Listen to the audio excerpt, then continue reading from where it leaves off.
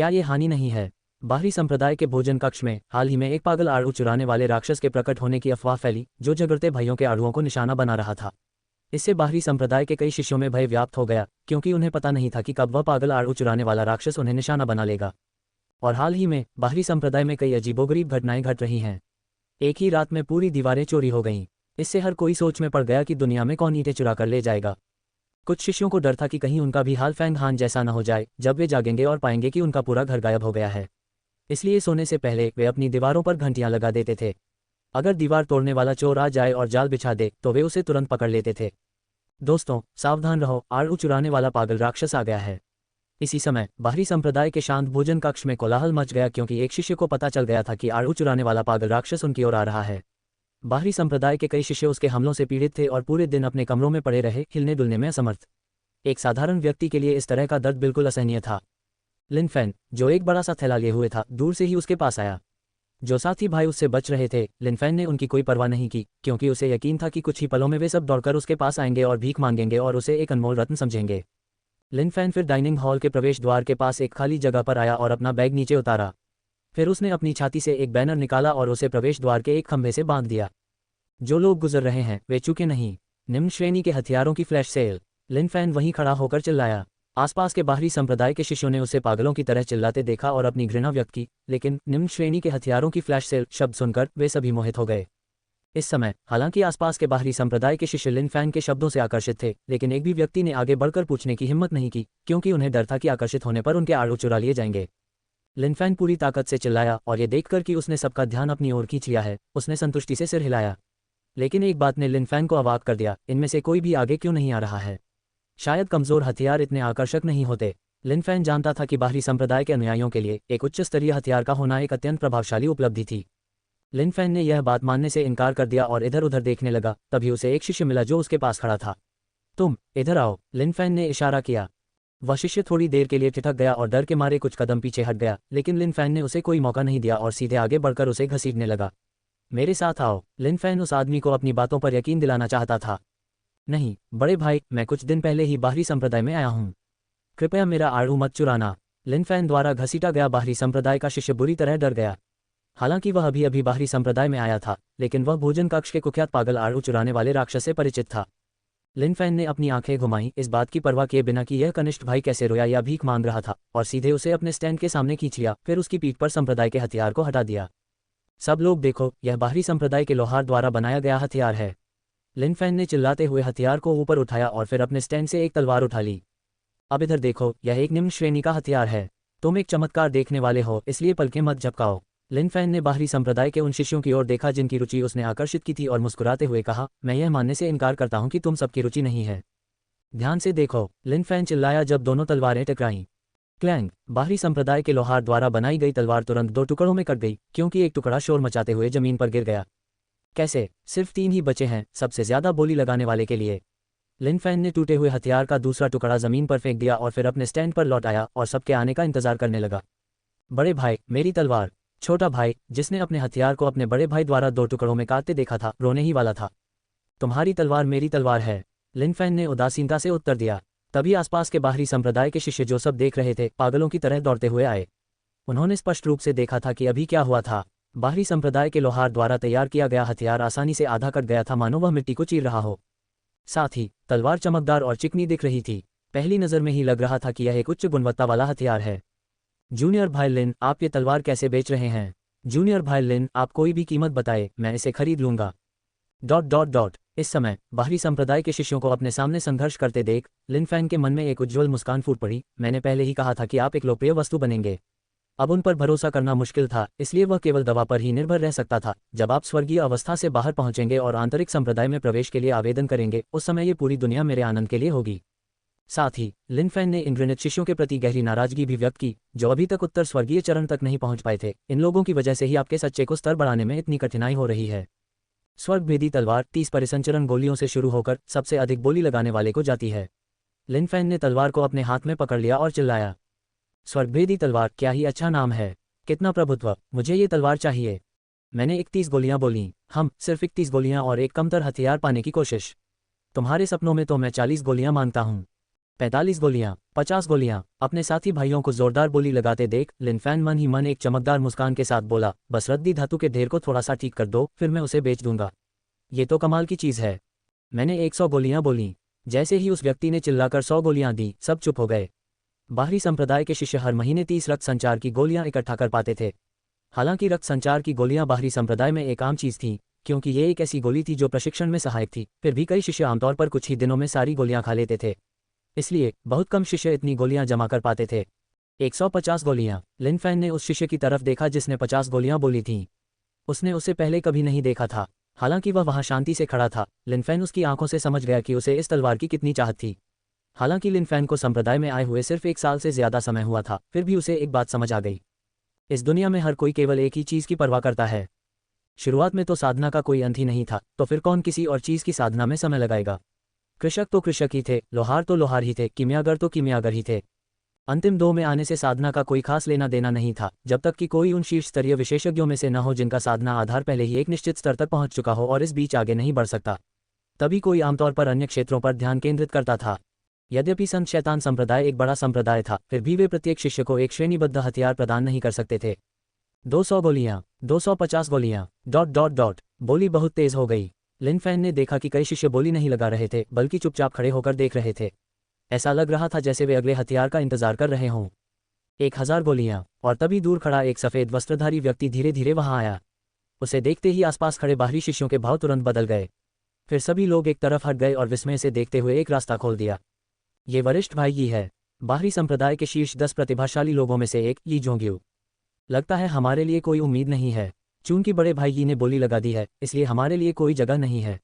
अगर हम ऐसा ही करते रहे तो बड़े भाई यी नाराज हो जाएंगे। कई बाहरी संप्रदाय के शिष्यों ने समझ लिया कि इस निम्न श्रेणी के हथियार का अब एक गुरु है। लेकिन इस समय लिन एक समस्या के बारे में सोच रहा था, क्या यह मेरे लिए नुकसानदेह नहीं है? मेरे साथी 2 भाइयों, जल्दी करो और अपनी रक्त संचार गोलियों से मुझे कुचलकर मार डालो। इस समय लिन फैन बहुत खुश था। एक बड़ा आदमी आ गया था। ये जोंग्यू बाहरी संप्रदाय के शीर्ष 10 प्रतिभाशाली लोगों में से एक था। उसकी योग्यता संभवतः बहुत ऊंची थी। 8000 से ज्यादा बाहरी संप्रदाय के शिष्यों में शीर्ष 10 में जगह बनाने में सक्षम होने के कारण वह निश्चित रूप से बुरा नहीं था। वर्तमान में बाहरी संप्रदाय के शीर्ष 10 प्रतिभाशाली लोगों में से लिन फैन केवल मेंग यानक्वान से मिला था, जिसका साधना आधार 6ठे स्तर का पेरिसेलेस्टियल था। फिर भी उसने अभी भी शुरुआती क्षेत्र में घूमने वाले सुअर होने का नाटक किया। लिन फैन सचमुच बहुत शुक्रगुजार था कि उसके पास यह प्रणाली थी जिससे वह किसी भी व्यक्ति के साधना आधार को देख सकता था, वरना एक दिन वह सचमुच उस नकली सुअर मेंग यानक्वान द्वारा निगल लिया जाता। तुम्हारी तलवार मैं 1000 गोलियों में खरीदूंगा। ये जोंग्यू के सफेद वस्त्र लहरा रहे थे। उसकी शक्तिशाली उपस्थिति और गर्वीली आभा एक नज़र में पहचानी जा सकती थी। बड़े भाई, हालांकि 1000 गोलियों की कीमत बहुत ज्यादा है, फिर भी हमें देखना होगा कि क्या कोई और प्रतिस्पर्धी कीमतें हैं। हालांकि लिन फैन स्वाभाविक रूप से जानता था कि वह बाहरी संप्रदाय के शीर्ष 10 प्रतिभाशाली लोगों में से एक है। उसने ऐसा दिखावा किया जैसे उसे पता ही नहीं। अगर वह अपना प्रवाह बिगाड़ लेता और इस आदमी के हाथों हार जाता तो वह किसके सामने रोता? हम ये भी नहीं जानते कि बड़े भाई ये कौन है। वांग तियानफिंग, जो लिन फैन के प्रति उदासीन था, ने ठंडी सांस ली। ये जोंग्यू मुस्कुराया और आत्मविश्वास से बोला, मुझे लगता है कि मेरी कीमत सबसे ज्यादा है। यहाँ के साथी भाइयों में मुझसे ज्यादा कोई नहीं दे पाएगा। ये जोंग्यू बहुत आश्वस्त था और उसने इधर उधर देखा, जिससे आसपास के शिष्यों ने आह भरी। हालांकि 1000 रक्त संचार गोलियां बहुत थीं, ऐसा नहीं था कि किसी के पास इससे ज्यादा नहीं थीं। ये सब ली जोंग्यू के पद के कारण था। स्वाभाविक रूप से वे क्षणिक स्वार्थ के लिए संप्रदाय के शीर्ष 10 में से किसी को नाराज नहीं कर सकते थे। लिन फैन मुस्कुराया और ली जोंग्यू की ओर देखा। उसके सिर के ऊपर 6ठे स्तर का दिव्योत्तर शब्द तैर रहा था। लिन फैन के लिए साधना का आधार थोड़ा ऊंचा था, लेकिन मेंग यानक्वान की तुलना में अंतर अभी भी बहुत बड़ा था और वह पहले ही दिव्य अवस्था तक पहुंच चुका था। फिर भी बाह्य संप्रदाय में ही रहा एक और जिद्दी व्यक्ति। जब कोई बाह्य संप्रदाय का शिष्य दिव्य अवस्था तक पहुंच जाता तो वह आंतरिक संप्रदाय का शिष्य बन सकता था, लेकिन यह विकल्प पूरी तरह से स्वैच्छिक था। कुछ बाह्य संप्रदाय के शिष्यों ने दिव्य अवस्था तक पहुंचने के बाद भी बाह्य संप्रदाय को छोड़ने से इनकार कर दिया, क्योंकि आंतरिक संप्रदाय में प्रवेश करने पर उनके सभी साथी शिष्यों के पास उच्च साधना आधार होंगे, इसलिए यह बाह्य संप्रदाय की तरह आरामदायक नहीं होगा। यद्यपि प्रशिक्षण के संसाधन बहुत भिन्न थे, फिर भी कुछ जिद्दी लोगों के लिए वे फीनिक्स की पूंछ की बजाय मुर्गे का सिर बनना अधिक पसंद करते थे। थोड़ी देर बाद एक निश्चित छत के नीचे 2 आकृतियां वहां चुपचाप खड़ी थीं। महिला किसी दिव्य युवती की तरह अविश्वसनीय रूप से सुंदर थी, जबकि पुरुष शैतानी रूप से सुंदर लेकिन थोड़ा ठंडा भी था। बड़े भाई मेंग, उस तलवार की वासना और धार कितनी सुंदर है। महिला की पलकें फड़फड़ा रही थीं, जैसे वह नाजुक भाव से धीरे से फुसफुसाई हो। छोटी बहन, चूंकि तुम्हें ये पसंद है तो तुम्हारा बड़ा भाई तुम्हारी इच्छा जरूर पूरी करेगा। ठंडे से दिखने वाले आदमी का ठंडा व्यवहार उस औरत के सामने आते ही पिघल गया। उसके चेहरे पर चमक आ गई और उसकी आंखें प्यार के रंग से भर गईं। वरिष्ठ भाई मिंग, इस निम्न श्रेणी की तलवार के लिए ली जोंग्यू को परेशान करना उचित नहीं है। नी मिंगयांग, जो उन दोनों के पीछे खड़ा था, ने सावधानी से कहा। मिंगयांग, इतना कुछ कहने की जरूरत नहीं है। जब तक छोटी बहन चेन्यू को पसंद है तब तक कोई बात नहीं। मिंगयांग क्वान का मन पहले ही बन चुका था। नी मिंगयांग ने चेन्यू की सिकुड़ी हुई भौहों को देखते हुए कुछ और नहीं कहा। वह असल में एक सिक्कोबस है। बड़े भाई मिंग का पूरा भविष्य इस सिक्कोबस ने बर्बाद कर दिया है। बड़े भाई मिंग का फैसला स्पष्ट रूप से बदला नहीं जा सकता था, इसलिए नी मिंगयांग भी अवाक रह गया। बड़े भाई मिंग जैसे प्रतिभाशाली व्यक्ति को उसके जैसी सिक्कोबस के बारे में कैसे पता चला? बड़े भाई अपनी साधना का आधार बढ़ाने की पूरी कोशिश करते हैं, लेकिन यह म्यू चेन्यू का चरा आगे नहीं बढ़ता और चौथे स्तर के पूर्व स्वर्गीय स्तर पर ही अटका रहता है। बड़े भाई ने जितनी औषधीय गोलियां तैयार की हैं, अगर कोई सुअ भी होता तो वह कब का उत्तर स्वर्गीय स्तर तक पहुंच जाता। ... जब ली जोंग्यू को यकीन हो गया कि यह निम्न श्रेणी का हथियार उसका होगा, तभी दूर से एक धीमी आवाज आई। 2000 गोलियां। आसपास के सभी शिष्य चौंक गए। बड़े भाई ही ने अपनी बोली पहले ही बता दी थी और अब किसी ने उनके खिलाफ बोली लगाने की हिम्मत की। क्या वे शायद मरना चाहते थे? लेकिन बोली लगाने वाले को देखकर सब और भी हैरान हो गए। किसी ने भी बड़े भाई मिंग को देखने की उम्मीद नहीं की थी। संप्रदाय के शीर्ष 10 प्रतिभाशाली लोगों में से नंबर 1, वरिष्ठ भाई मिंग। ये जोंग्यू ने हल्की सी भौहें सिकुड़ी, ये देखने के लिए कि कौन उससे मुकाबला करने की हिम्मत करता है। लेकिन उस व्यक्ति को देखते ही उसके हाव भाव तुरंत बदल गए। लिन फैन का दिल खुशी से उछल पड़ा। अचानक ही वह बड़ा सा आदमी सामने आ गया। ... कनिष्ठ भाई लिन, आप? नी मिंगयांग ने वरिष्ठ भाई मिंग का पीछा किया और ये देखकर कि निम्न श्रेणी के हथियारों की फ्लैश बिक्री करने वाला व्यक्ति उसका कनिष्ठ भाई लिन था, वह आश्चर्यचकित हो गया और अविश्वास में भी था। ओह, वरिष्ठ भाई नी। लिन फैन मुस्कुराया। छोटे भाई लिन, ये थोड़ा अप्रत्याशित है। नी मिंगयांग उस पल मुस्कुराया। वह छोटे भाई लिन पर थोड़ा हैरान था, जिसने हाल ही में संप्रदाय में प्रवेश करने के बाद भी किसी तरह ये निम्न श्रेणी के हथियार बेचने में कामयाबी हासिल कर ली थी। लिन फैन जब नी मिंगयांग से बात कर रहा था, तभी ली जोंग्यू भी मिंगयांग क्वान से बात करने लगा। तो बड़ा भाई मिंग अपने छोटे भाई से होड़ लगाने की कोशिश कर रहा है। ली जोंग्यू अंदर ही अंदर कड़वाहट से भर गया, लेकिन उसके चेहरे पर मुस्कान बनी रही। हालांकि बाहरी संप्रदाय काफी शांत लग रहा था, लेकिन सच तो ये था कि संप्रदाय के शीर्ष 10 प्रतिभाशाली लोगों के बीच कई बार झगड़े हुए थे। सभी शीर्ष 10 शिष्यों की एक रैंक थी, जिसमें मिंगयांग क्वान लगातार नंबर 1 स्थान पर बना हुआ था। हालांकि बाकी शिष्य ऊपर से तो मित्रवत लग रहे थे, लेकिन उनके बीच की अंदरूनी लड़ाई वास्तव में काफी भयंकर थी। छोटे भाई की गलतफहमी में है। तुम्हारे बड़े भाई को असल में तलवार में कोई दिलचस्पी नहीं है। बस छोटी बहन चेन्यू को वो पसंद है, इसलिए मैं बस यही उम्मीद कर सकता हूं कि छोटा भाई दर्द सह लेगा। मिंगयांग क्वान ने उपेक्षापूर्ण स्वर में कहा। ये जोंग्यू ने मिंगयांग क्वान के बगल में खड़ी महिला की ओर देखा, उसका दिल गुस्से से भर गया। एक अकेली महिला के प्रति इतना मोहित होना, ये कैसा आत्मानुशासन है? ये तो बस खुद के लिए अपमान है। बड़े भाई मिंग, छोटी बहन चेन्यू के पास पहले से ही एक मध्यम श्रेणी का हथियार है, जेड बेल ड्रैगन, जो तुमने उसे उपहार में दिया था। मुझे लगता है कि उसे इस निम्न श्रेणी की तलवार की कोई ज़रूरत नहीं है। तो मुझे इसे देने के बारे में क्या ख्याल है? हालांकि मिंगयांग क्वान पहले ही बोल चुका था, ली जोंग्यू ने मानने से इनकार कर दिया। मैं पहले से ही रैंकिंग में आपसे नीचे हूं, मुझसे यह उम्मीद मत कीजिए कि मैं आपको अन्य चीज़ों में छूट दूंगा। मिंगयांग क्वान ने अपना सिर हिलाया। ऐसी स्थिति में सबसे ऊंची बोली लगाने वाले को यह मिलेगा।